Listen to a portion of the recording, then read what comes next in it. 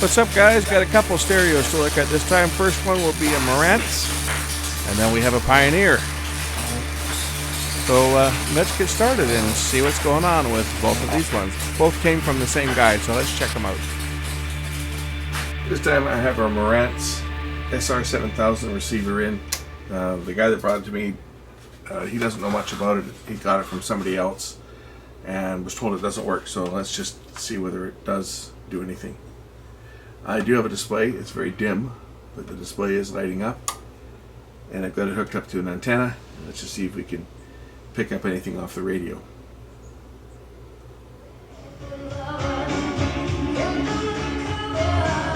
Doesn't sound very good. I think they're in the wrong mode. Let's see if I can figure out how to change mode on this thing.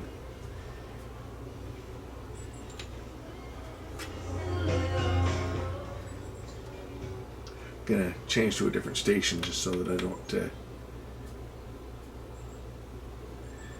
wind up in some hot water. So let's just dial this down to my Music Bakery unit.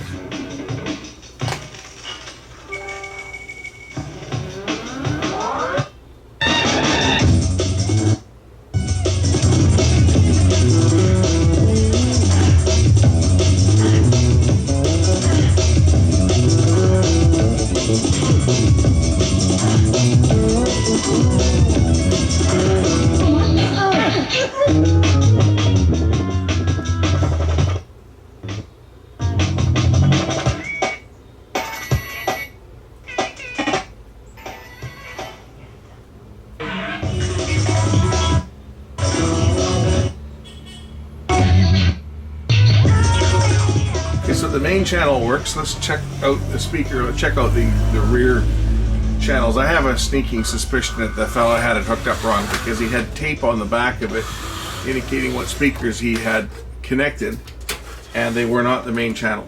He had,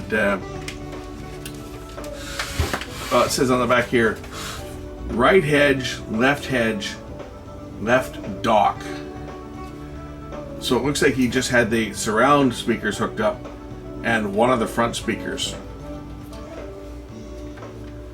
I think the problem on this was probably operator error, but we'll just check all the channels out, and we'll make sure that all the amplifiers work on this one, and then we'll move on to the next, because I have 3 units from the same person,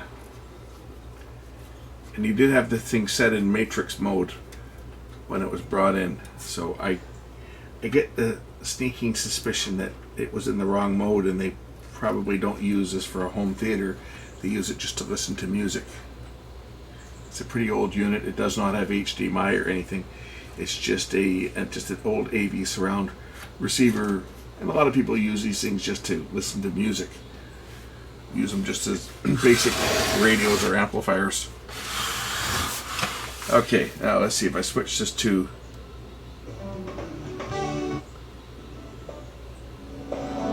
this is the mode he had it in. I'm wondering why it didn't sound very good.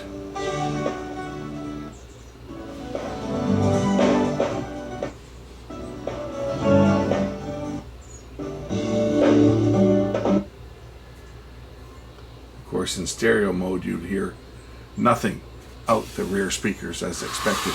But we know the rear amplifier works. I'll try the center channel now and just make sure that the center channel works. And then I can send this one on its way and move on to the next one in the pile, because, as I say, there's 3 of them.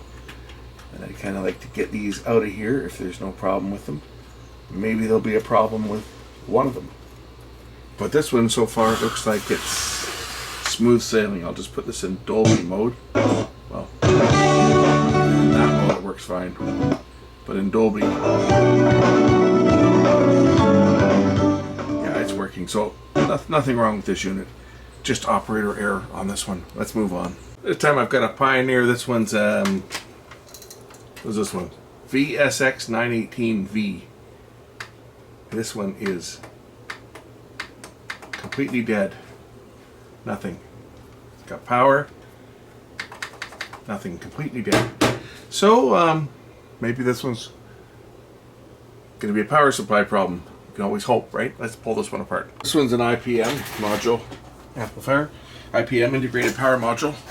It's IC outputs on this one. It says direct energy power amplifier. So uses these Pioneer PAC015A hybrid amplifier technology. Pioneer hybrid amplifier technology, that's what they say. This is just a fancy word for STK modules. Say this one here is completely dead. So let's check and see first of all if there's any standby voltage. We'll check the fuses on here, make sure that the fuses aren't popped, and we'll take it from there. The fuses are not popped. Let's check our AC voltage getting in. There's 126 volts, a little bit high. Turn the variac down a bit. Down a little bit low. But you get the idea. We'd like this to read about 120 volts, so there we go, close enough. 120 volts getting into the power transformer, the standby power transformer. Secondary is this is the secondary, and we have 14 volts on the secondary, which means that the transformer is okay. Go over to the DC side of the standby rectifier, and there's 17 volts there. So we know that that part is working, but the unit is not turning on. The relay is not clicking. When I click the switch, there's no power coming on for the main power transformer. I can jumper the AC relay right here and apply, this will apply 120 volts to the main power transformer, and we'll see whether when I jumper the relay whether the unit comes on. So it's now jumpered. It should turn on as soon as I plug it in, and it doesn't. Nothing. All we see is the lights flicker slightly.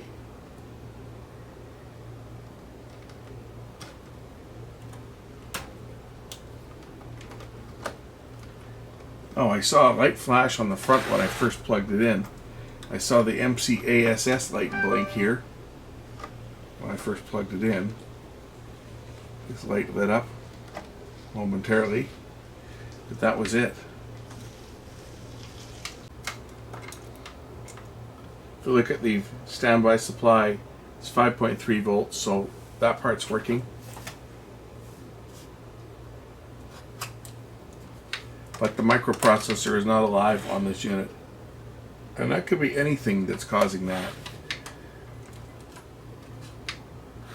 I mean, it could be something as mundane as a power switch that's no good, but that's not going to be the issue. It's something in the microcontroller. We'll check and see if there's 5 volts getting to the front board here. But somewhere along the line, the micro is not functional.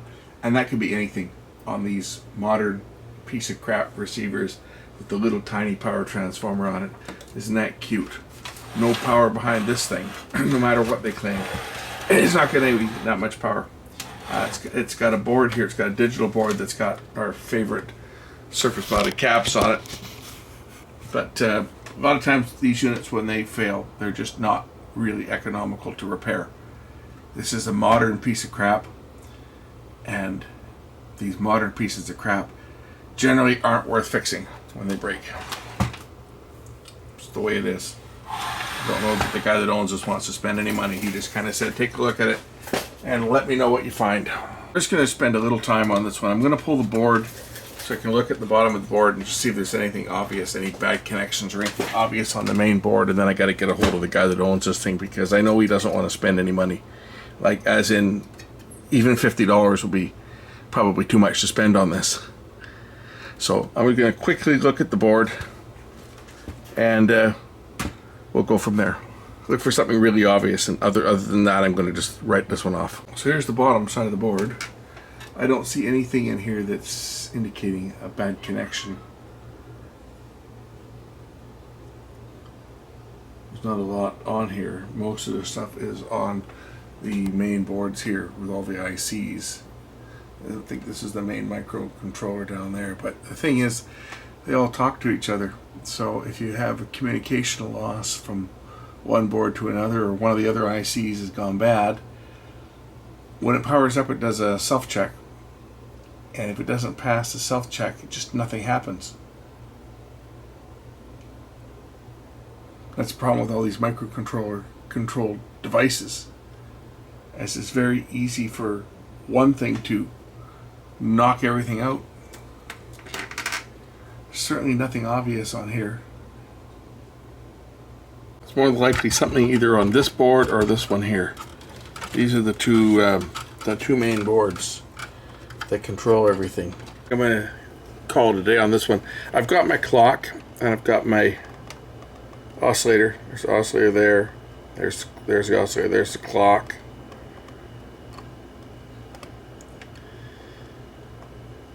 So this chip is running, but it's not doing anything. I think probably what's happening on this is when the unit starts up, the main controller here communicates with this digital board with all the HDMI inputs on it, and it gets a response back from this board that it's initialized, and I don't see any activity on this board at all. When I scope the different pins on the different ICs, I don't see any activity. So something on this board here is probably preventing the unit from starting. Of course, it won't start without the board plugged in either, because it has to see the board in order for it to work. So at this stage of the game, I think I'm going to call it a day on this one and let the guy know, because, as I said, the owner of it doesn't want to spend a lot of money on it because it doesn't do 4K or anything, and of course he's already upgraded all of his stuff, so it's not something it's worth spending any money on. Anyway, thanks for watching. We'll catch you in the next one. Bye.